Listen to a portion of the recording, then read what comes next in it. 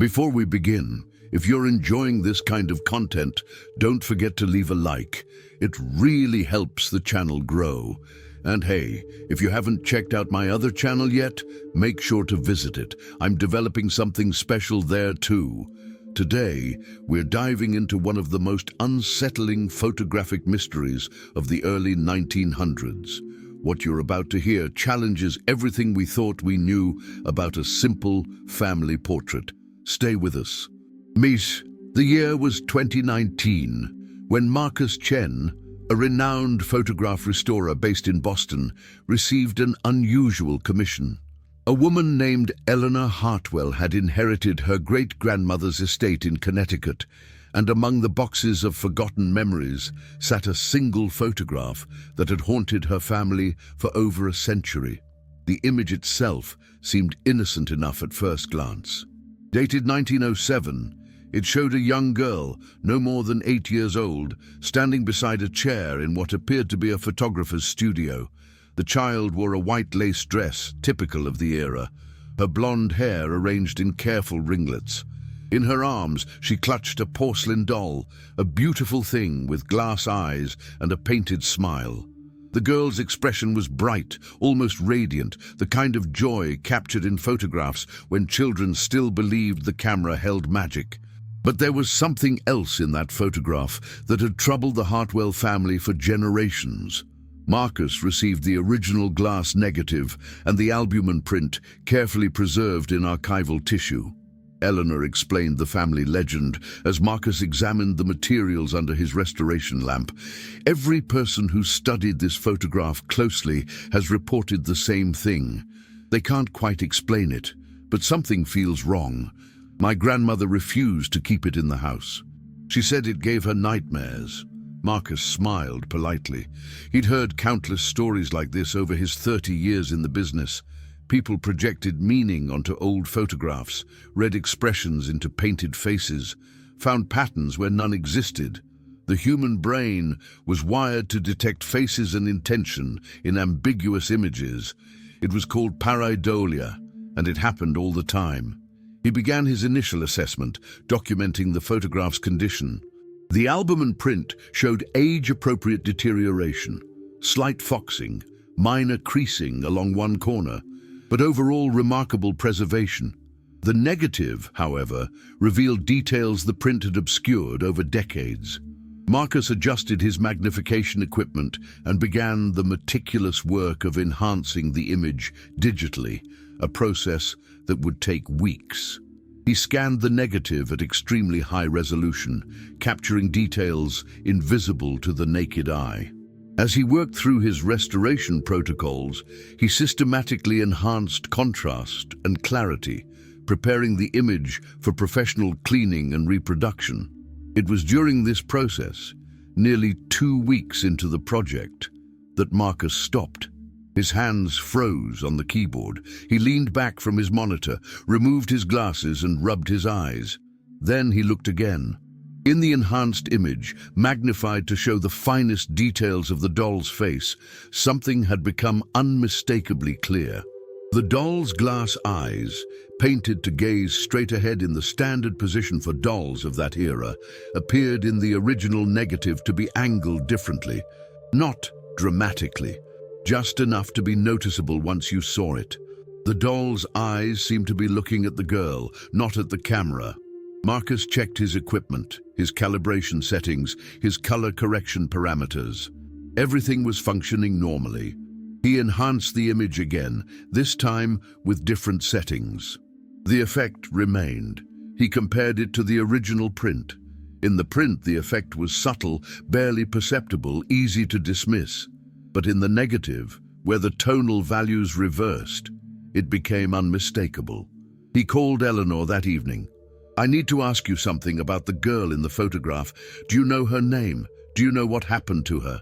There was a long silence on the other end of the line. "Her name was Catherine," Eleanor finally said. "Catherine Hartwell. She was my great-grandmother's sister. She died in 1908, exactly 1 year after this photograph was taken.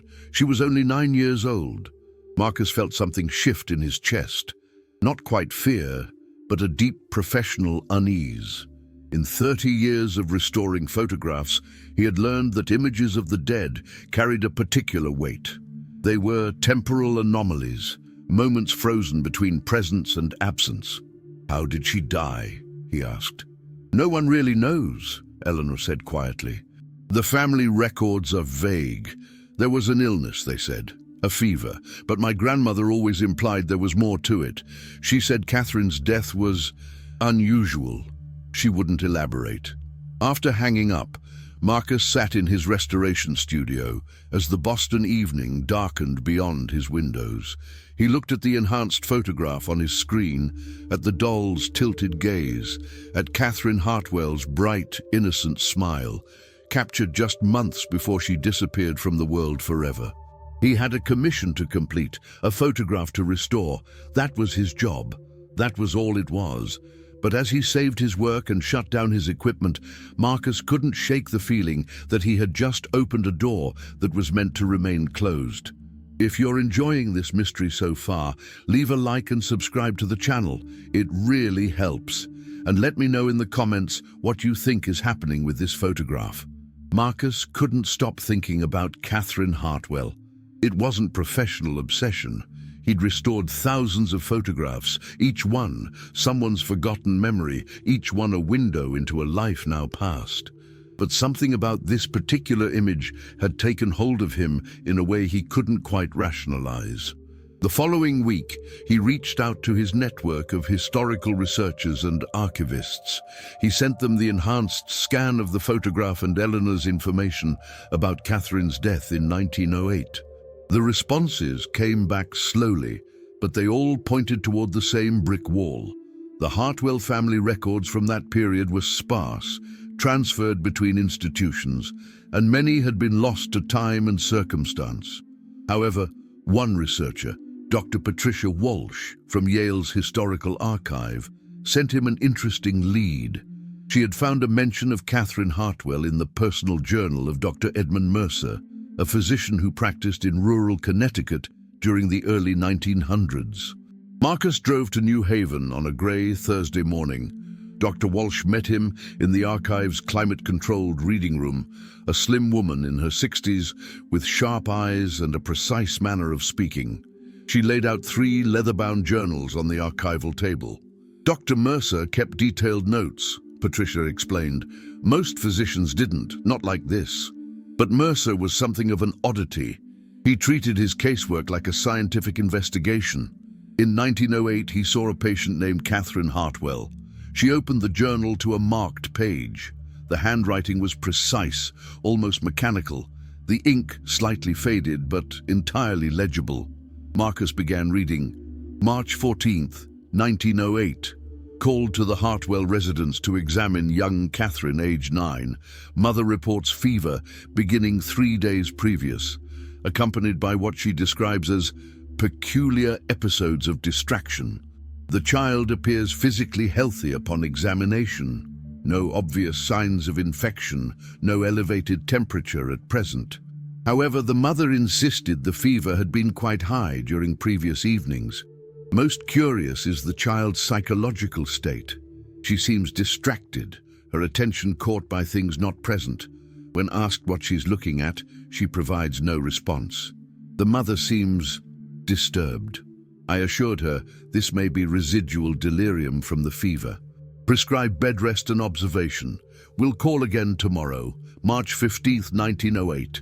The fever has resolved entirely. However, the episodes of distraction have intensified. The child now spends hours staring at objects in her room, particularly a doll she has kept since infancy. Her mother reports that Catherine seems unaware of the doll's presence most of the time, but occasionally becomes intensely focused on it, staring without moving or speaking for extended periods. When the mother attempted to remove the doll from the room, Catherine became hysterical. The mother described her daughter's distress as unnatural. I am at a loss. There are no physical signs of ongoing illness. I have consulted with Dr. Harrow in Hartford by telegram. He suggests possible hysteria, though Catherine shows no other symptoms. The entries continued over the following weeks. Each one documented Catherine's strange episodes with clinical precision, but also with growing bewilderment. The fever never returned. Catherine showed no signs of typical childhood illness, but her episodes of what Dr. Mercer termed peculiar focus became more frequent and more intense. Then came the final entry, April 2nd, 1908, called this morning to find Catherine Hartwell deceased. The family reports she passed during the night. There were no warning signs of acute illness.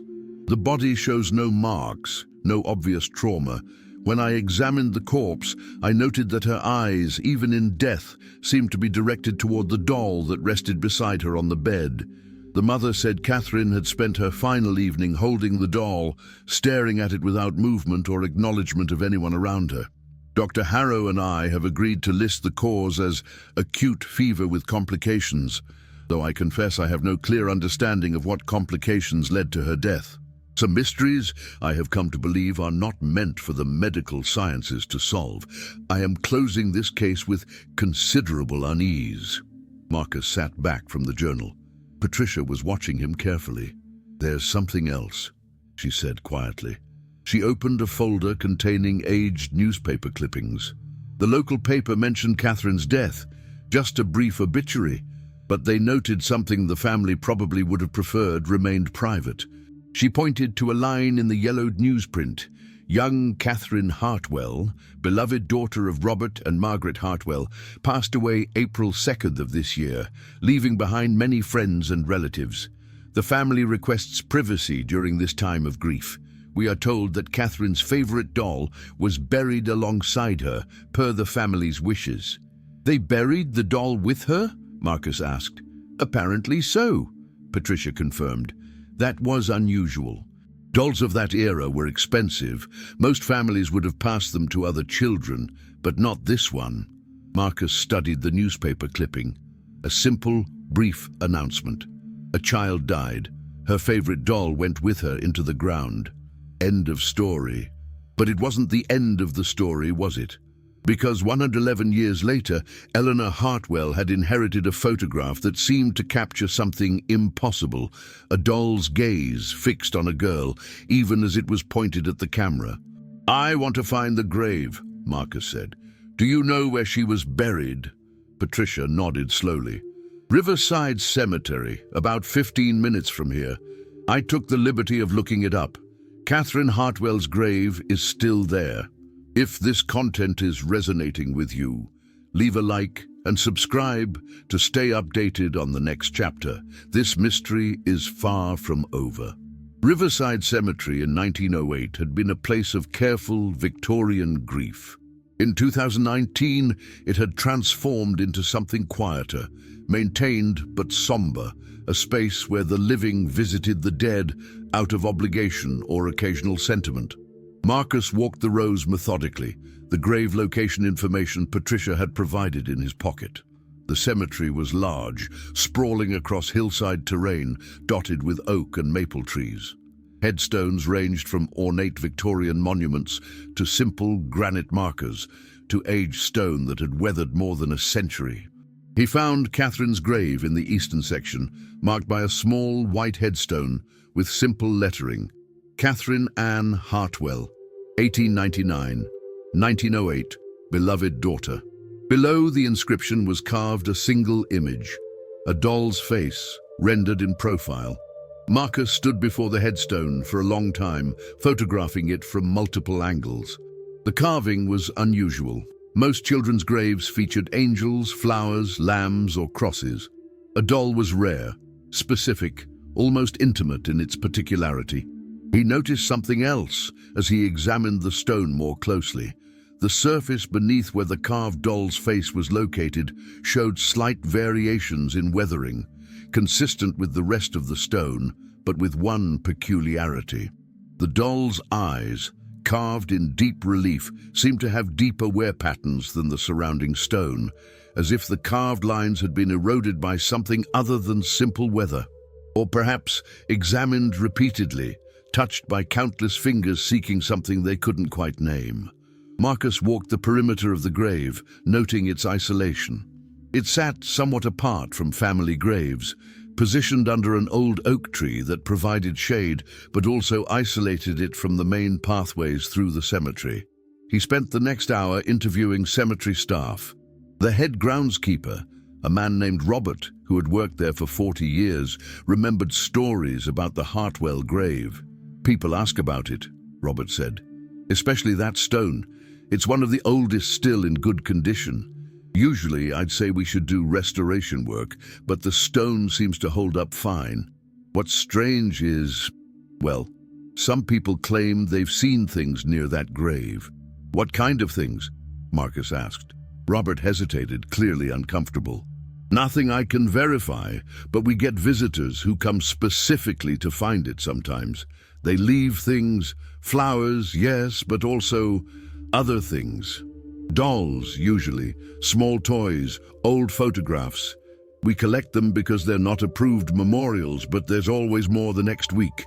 It's become something of a local legend, I suppose. People bring dolls to the grave of the girl buried with a doll." Marcus felt the pieces beginning to align, not into a clear picture, but into a pattern he recognized. Urban legends grew around mysterious deaths, stories accumulated. But they accumulated around true events, around genuine anomalies that people sensed, but couldn't fully articulate. He visited the county records office that afternoon and located Catherine's burial file. The documentation was sparse but specific.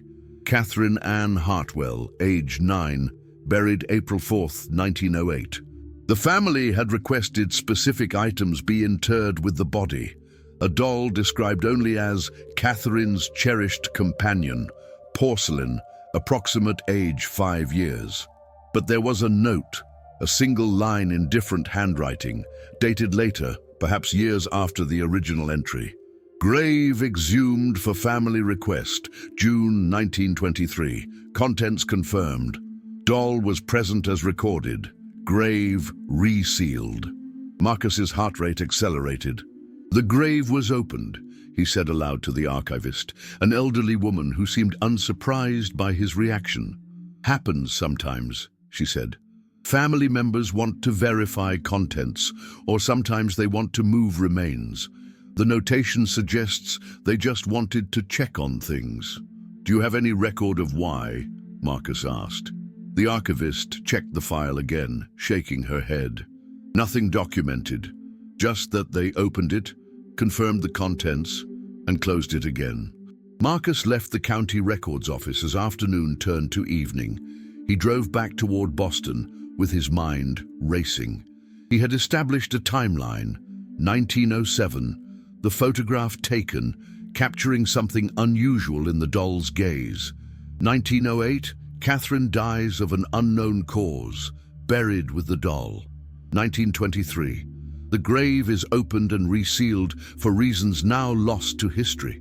2019, Eleanor Hartwell discovers the photograph and brings it to be restored, unknowingly triggering this investigation. But what did it all mean? And more importantly, what had the family discovered when they opened that grave in 1923?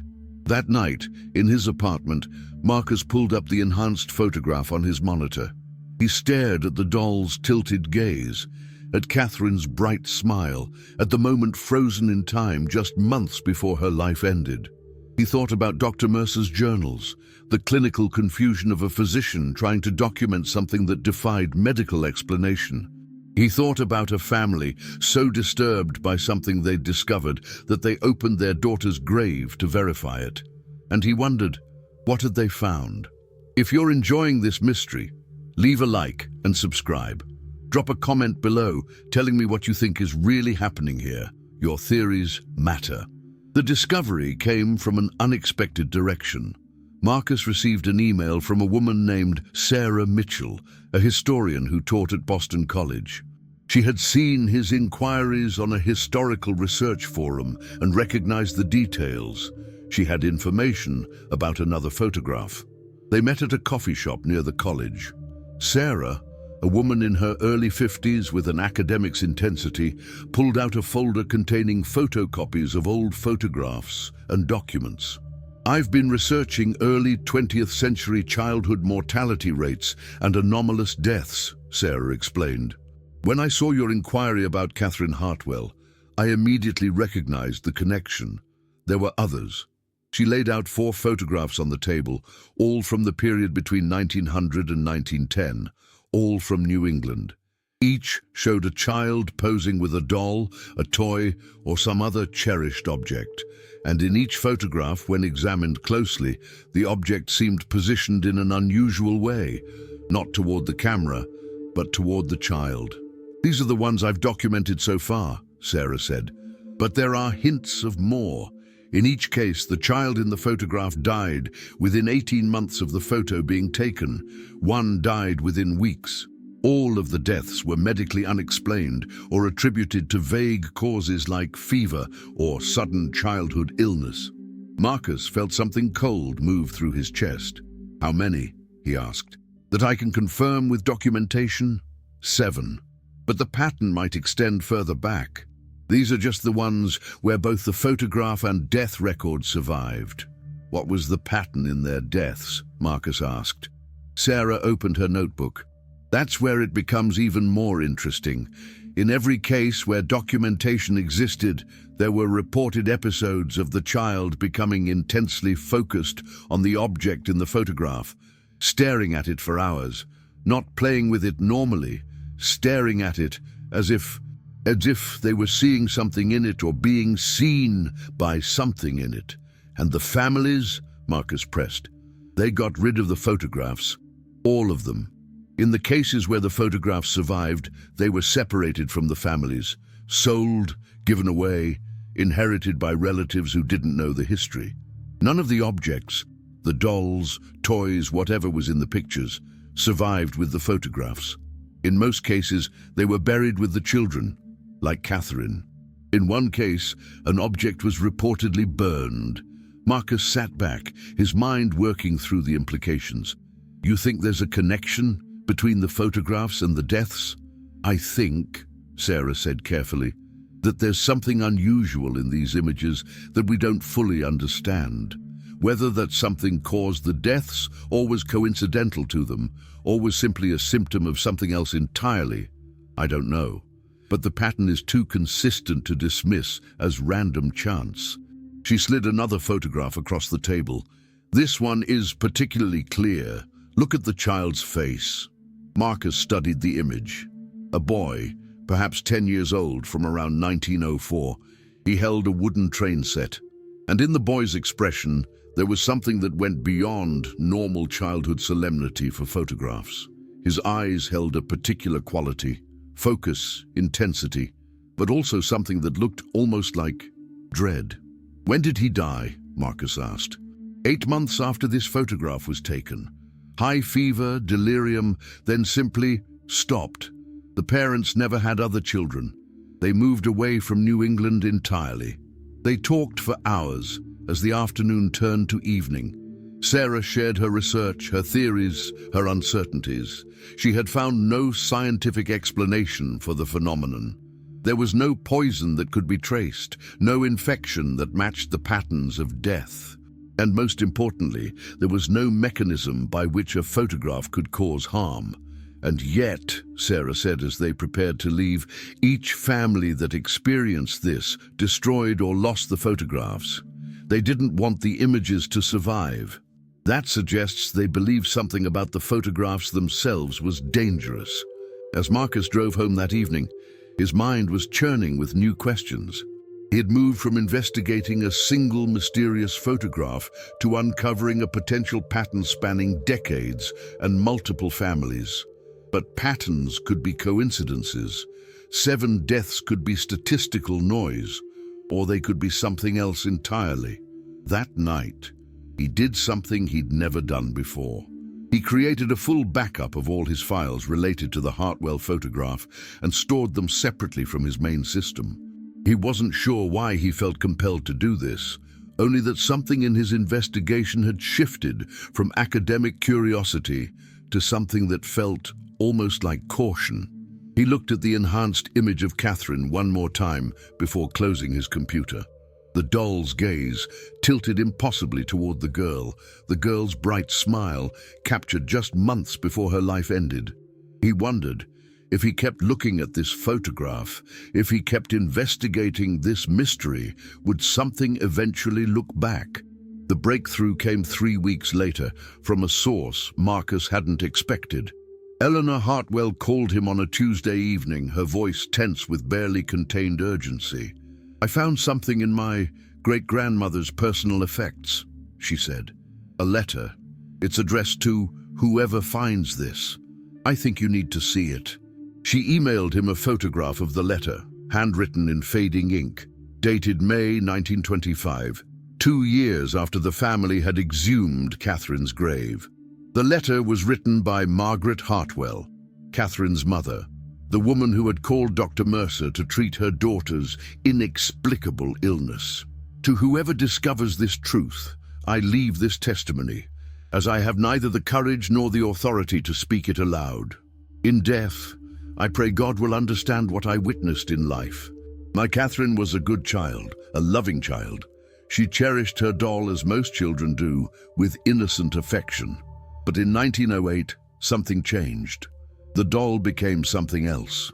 Or perhaps it had always been something else, and only in that final year did it reveal itself. The episodes began with mere distraction. Catherine would stare at the doll for periods of time, her attention caught by something I could not perceive.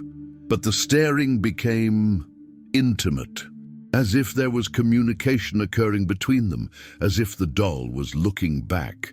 I consulted physicians, I consulted clergy.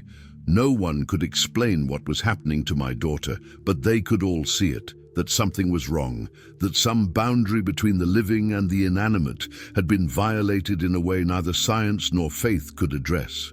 When Catherine died, I understood what had to be done.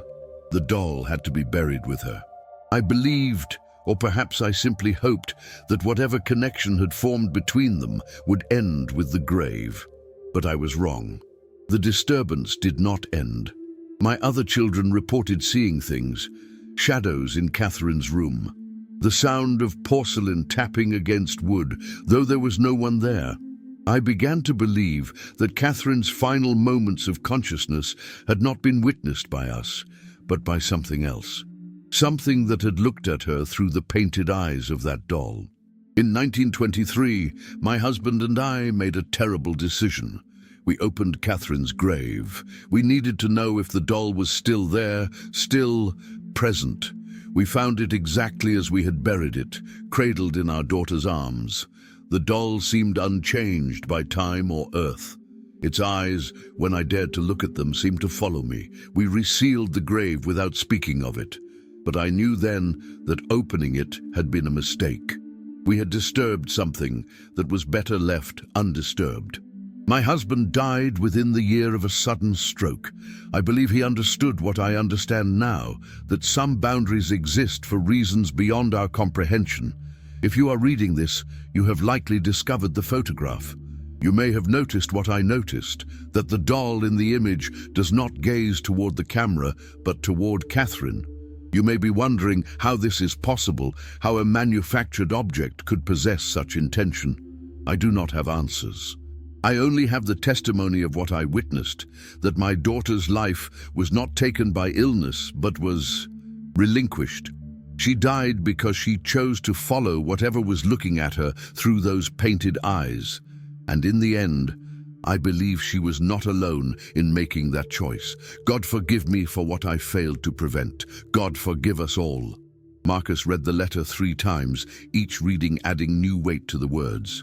Margaret Hartwell's testimony was the testimony of a woman who had witnessed something that defied rational explanation and had spent the rest of her life bearing the burden of that knowledge in silence. He called Sarah Mitchell immediately. She listened to him read the letter aloud without interrupting. "Do you understand what this means?" Sarah said finally. "She's describing a form of psychological connection, something between the child and the object that operated outside normal consciousness, something communicative, or something that inhabited the object," Marcus said quietly. something that looked out through the doll at the child. "But that's not possible," Sarah said, though her voice wavered. "Objects don't have intention. They don't have agency." "Maybe not," Marcus replied. "But photographs capture intention, don't they? They capture the moment things look at us. Even if that looking is impossible, it's still captured in the image. It's still there, fixed in time." They talked late into the night. Neither of them had answers, only questions that accumulated without resolution. By the time Marcus hung up, he had made a decision. He would not restore the photograph for public exhibition. Instead, he would maintain it in careful storage, accessible only to Eleanor Hartwell. He would compile his research, the investigation, the pattern Sarah had discovered, Margaret's letter, and provide it to Eleanor as documentation of what had occurred.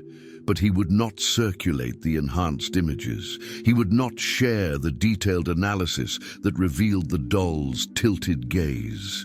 Some mysteries, he had come to believe, were not meant to be solved. Some images were not meant to be studied too closely, for fear of what looked back. The final decision came a month later. Eleanor called with news that the grave had been moved, at the family's expense, to a sealed crypt at a different cemetery, one that did not allow visitors. The doll would not be exhumed. It would remain with Catherine undisturbed. "My family needs this to end," Eleanor said. "We need to know that whatever happened in 1907 will stay buried with my great-grandmother." Marcus understood. He had already stopped looking at the photograph closely. He had already begun to feel, in the quiet moments of his restoration studio, that certain images carried a weight that went beyond their physical composition, that some things captured in photographs were not meant to be examined too thoroughly, studied too intently, or understood too completely. In the end, Marcus completed Eleanor's restoration project, but he created two versions. The first was the historical restoration, cleaned, preserved, color-corrected, the version appropriate for a family archive. The second version he deleted. He erased the enhanced scans. He cleared the files from his backup systems. He purged the digital records from his cloud storage. And late one evening, after closing his studio, he burned the physical notes he had taken during his investigation. Not because he feared the photograph, but because he had come to understand that some boundaries exist for reasons that predated human understanding, that some mysteries were not ours to solve. The photograph of Catherine Hartwell and her doll remains in Eleanor's possession. It sits in a climate-controlled archival box, examined rarely, shared with no one. And if you look at it carefully, if you examine the doll's gaze, if you study the inexplicable tilt of its porcelain face, you might see what Marcus saw. You might understand why every person who has studied this image closely has felt an inexplicable unease. But perhaps, like Marcus Chen, you will eventually choose to stop looking. Perhaps you will recognize that some photographs capture things we are not meant to see clearly, that some images contain questions we should not try to answer, because some things, once seen, cannot be unseen, and some mysteries, once understood, change the person who understands them forever. The truth about Catherine Hartwell and her doll remains frozen in time, fixed in that single moment in 1907. We captured it, we examined it, but we never truly understood it, and perhaps that is exactly as it should be. If this story has left you thinking, share your thoughts in the comments below. I'd love to hear your theories and reactions. If you enjoyed this, leave a like and subscribe to the channel. And if you haven't already, make sure to check out my other channel for more content like this. Hit the notification bell to stay updated on our next mystery video. Thank you for spending this time with us, and we'll see you in the next one.